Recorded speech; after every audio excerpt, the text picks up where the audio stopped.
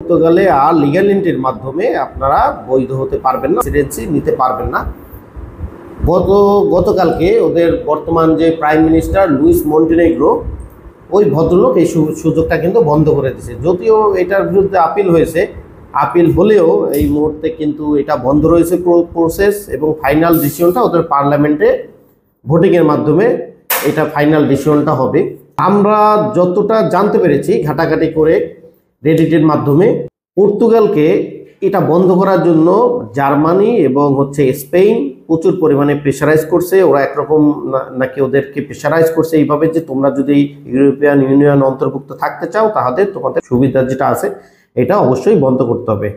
তাহলে আপনারা যারা ভিজিট ভিসায় অথবা ধরেন খণ্ডকালীন ওয়ার্ক পারমিটে ইটালি অথবা অন্য কোনো দেশে গিয়ে, বা স্টুডেন্ট ভিসায় অন্য কোনো কান্ট্রিতে গিয়ে পর্তুগালে গিয়ে রেসিডেন্সি চাচ্ছিলেন বা আপনাদের প্ল্যান ছিল, তারা কিন্তু এই সুযোগটা আর পাবেন না। যদিও যারা অলরেডি অ্যাপ্লিকেশন করে ফেলেছে তারা এই সুবিধাটার আন্ডারে থাকবে, তারা এই সুবিধাটা নিতে পারবে।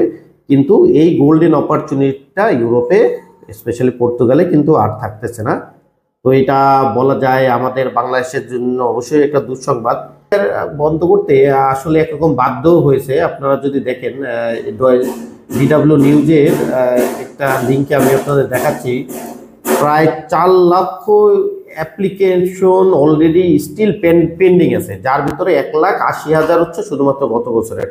4 লাখ অ্যাপ্লিকেশন যেখানে পেন্ডিং, তাহলে আরও যদি অ্যাপ্লিকেশন হতে থাকে তাহলে ওদের আসলে এই ব্যাকলগ ক্লিয়ার করতে যে কত বছর লাগবে ওরা নিজেরাও জানে না।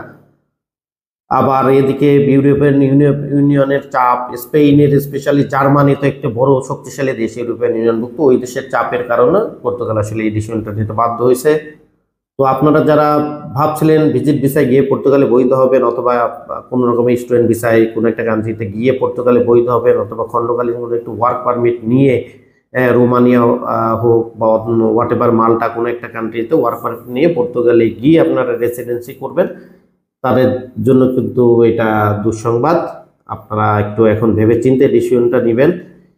আমার মনে হয় না এই মুহূর্তে ইউরোপের কোনো কান্ট্রিতে ইললিগালভাবে থেকে আপনি সামনে ওদের ভবিষ্যতে বৈধ হইতে পারবেন। সেক্ষেত্রে লিগালভাবে ওয়ার্ক পারমিট নিয়ে যে দেশে আপনি যাবেন ওই দেশে কাজ করা, অথবা স্টুডেন্ট ভিসায় গেলে সুষ্ঠুভাবে পড়াশোনা করে ওই দেশেরই যে আপনার এডুকেশন যে ফ্যাসিলিটিগুলি আছে ওয়ার্ক পারমিটে কনভার্ট হওয়া, ওই সুবিধাগুলি নেওয়াই আমার মনে হয় বেস্ট ডিসিশন এই মুহূর্তে হবে। তাহলে আমরা আজকের এই ভিডিওটা এই পর্যন্তই শেষ করছি। সাথে থাকুন আমাদের চ্যানেলের সাথে, নতুন নতুন আপডেট পেতে মাইগ্রেশন এবং ভিসা সংক্রান্ত সকল তথ্য পাবেন আমাদের এই চ্যানেলে। আসসালামু আলাইকুম।